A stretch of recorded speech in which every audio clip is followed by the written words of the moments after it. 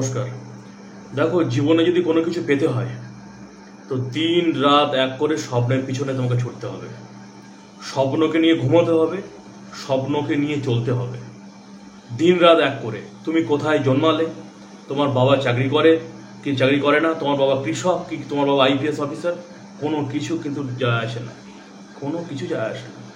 তুমি যদি কঠোর পরিশ্রম না করো, তুমি যদি দিন রাত এক করে স্বপ্নকে নিয়ে না পড়ে থাকো, তোমার চোখ যদি এতটা ভিতরে না ঢুকে যায়, তোমার চোখের নিচে যদি কালি না পড়ে, তুমি যদি দিন রাত দাঁতের দাঁত চিপে না পড়াশুনো করো, লক্ষ্যের পিছনে না ছোটো, সে পড়াশুনো হোক আর যে কোনো লক্ষ্য, তুমি কিন্তু কখনোই জীবনে বড় হতে পারবে না। জীবনে বড় হতে পারবে না। অজুহাত যদি তোমার জীবনের থাকে, অজুহাত, তাহলে তুমি কখনোই বড় হতে পারবে না। অজুহাত বলে কিছু হয় না। অজুহাত বলে কিছু হয় না। আবার বললাম, অনেক মানুষ আছে যাদের দুমুঠো খাওয়া হয় না, তারাও জীবনের চূড়ান্ত শিখরে উঠতে পারে, উঠেছে। রিসেন্ট একটা সিনেমা বেরিয়েছে, তোমরা হয়তো জানো, সিনেমাটা অনেকে দেখেছো বা যারা দেখোনি দেখে নেবে।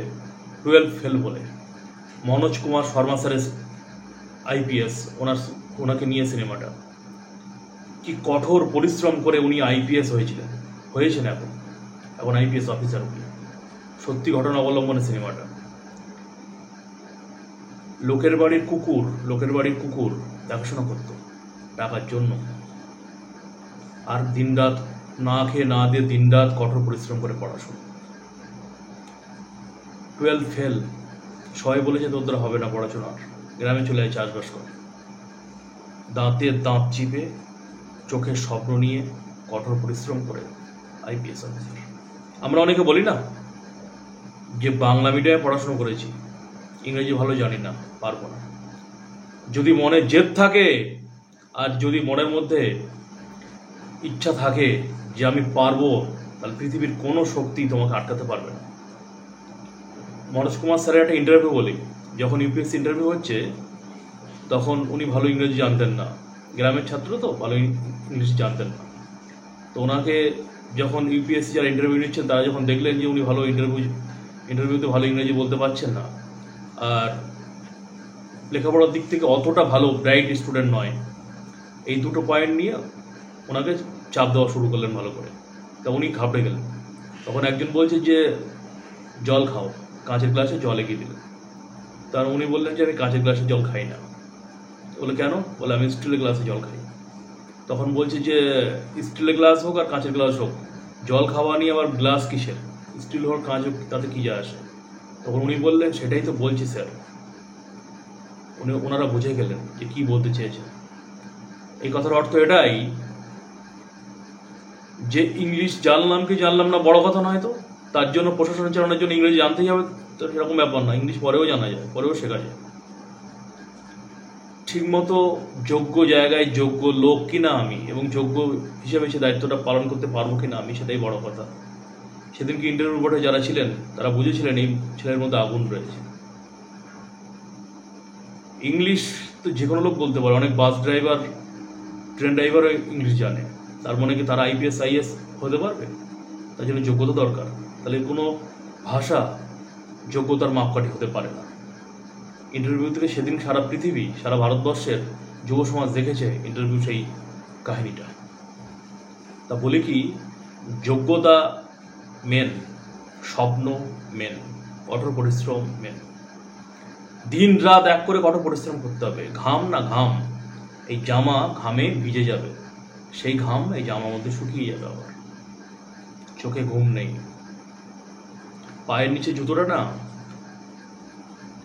পাতলা হয়ে যাবে। কঠোর পরিশ্রম, দিন রাত এক করে কঠোর পরিশ্রম করো। একটা কথা আছে, দিন রাত এক করে দাঁতের দাঁত চিপে যে কঠোর পরিশ্রম করবে, পৃথিবীতে এমন কোনো শক্তি নেই তাকে বাধা দিতে পারবে। সে তার স্বপ্ন পূরণ করতে পারবেই পারবে। কঠোর পরিশ্রম দরকার। মনে রাখবে, প্রত্যেকটা মানুষ কিন্তু সোনার চামচ নিয়ে জন্মায় না। প্রত্যেকটা মানুষের সফলতার পিছনে অনেক কাহিনী রয়েছে, অনেক ইতিহাস রয়েছে, অনেক পথ চলা রয়েছে, অনেক গর্ত রয়েছে, জীবনের গর্তে পড়তে হয়েছে, বাধা রয়েছে, পায়ের নিচে রক্ত ঝরেছে, তবে কিন্তু সফল হয়েছে। সফলতা সহজে আসে না, ধরা দেয় না। দারুণ জিনিস এটা, সফলতাটা দারুণ জিনিস। দেখতে পাচ্ছ, ধরতে পারছো না, দেখতে পাচ্ছ, ধরতে পারছো না। তার জন্য তোমার যোগ্যতা দরকার। যেদিন যোগ্য হবে সেদিন তোমার কাছে এমনিতেই এসে ধরা দেবে। খুব সুন্দর সফলতা। এটাকে পেতে গেলে নিজেকে তৈরি করতে হবে, কঠোর পরিশ্রম করতে হবে, দিন রাত এক করে, দিন রাত এক করে একা, দিন রাত এক করে একা লড়ে যেতে হবে। লোক কি বললো চারপাশে কান দিলে হবে না। নিজের লক্ষ্য একটাই, স্বপ্ন, প্রেম, ভালোবাসা কিছুদিনের জন্য সাইড করে এগিয়ে যেতে হবে স্বপ্নের পিছনে। তবে তুমি জীবনে অ্যাচিভ পাবেই পাবে, লক্ষ্যে পৌঁছতে পারবেই পাবে। যেদিন লক্ষ্যে পৌঁছবে সেদিনকে তুমি প্রেম ভালোবাসা কিন্তু সময় দাও। দেখো, প্রেম ভালোবাসা প্রত্যেকের জীবনে দরকার। প্রেম ভালোবাসা জীবনে না হলে এই জীবন অপূর্ণ থেকে যায়। তার জন্য তোমাকে আগে নিজের পায়ে দাঁড়াতে হবে, নিজের পায়ে দাঁড়াতে হবে।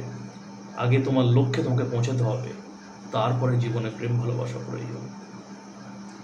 আর তুমি যদি তোর জীবনে ভালো মানুষ পাও, তা সে তোমাকে অনেক উপরে নিয়ে যেতে পারে। আর যদি সেরকম মানুষ না পাও, সে তোমাকে টেনে একদম নিচে ফেলে দিতে পারে। জীবনে মানুষ সিলেকশন সেটাও তোমার ব্যক্তিগত ব্যাপার, সেটাও তোমার বুদ্ধিমত্তার উপর ডিপেন্ড করবে তুমি কেমন ধরনের মানুষ সিলেকশন করছো। তোমার ব্যক্তিগত ব্যাপার ঠিকই, কিন্তু তুমি কেমন ধরনের মানুষ সিলেকশন করছো তার উপর ডিপেন্ড করছে তোমার জীবনের সাকসেস, সফলতা। তাই জীবনে সফল হতে গেলে কঠোর পরিশ্রম, লক্ষ্য, দিনরাত এক করে, আর এগিয়ে যাওয়ার স্বপ্ন, বড় হওয়ার স্বপ্ন। এই স্বপ্নকে নিয়ে চলতে হয় বন্ধু, নাহলে জীবনে বড় হতে পারবে না। কঠোর পরিশ্রম করতে হবে, কোনো দিকে নজর না দিয়ে নিজের লক্ষ্য একটাই থাকবে, হয় করবো নাহলে মরবো, কিছু একটা করব, এই জেদ থাকবে। তবে তুমি সফল হতে পারবে, যে কোনো ক্ষেত্রে সফল হবে। তোমার ভাগ্য নিয়ন্ত্রণ করার অধিকার কারণ নেই। তোমার ভাগ্য তোমার হাতে। তুমি তোমার ভাগ্যকে কীভাবে বানাবে নির্ভর করছে তোমার হাতে, সম্পূর্ণটাই তোমার হাতে, সম্পূর্ণটাই তোমার হাতে। তাই আজকের থেকে নিজের জন্য সময় দাও, কঠোর পরিশ্রম করো, লক্ষ্য ঠিক রেখে, লক্ষ্য ভ্রষ্ট করছে এমন কাজকর্ম করো না। যে তোমাকে লক্ষ্য থেকে সরাবে, লক্ষ্য থেকে ভ্রষ্ট করার চেষ্টা করো, তার থেকে দূরে চলে যাও।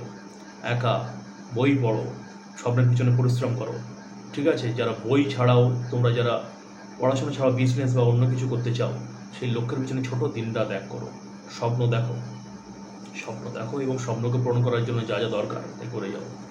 সফল হবে একদিন। হাল ছেড়ো না বন্ধু, হাল ছেড়ো না, কঠোর পরিশ্রম প্রয়োজন। তবে একদিন সফলতা আসবে তোমার কাছে। সবাই ভালো থেকো। তোমাদের মূল্যবান যদি কোনো মতামত থাকে অবশ্যই কমেন্টস করে জানাবে। নমস্কার।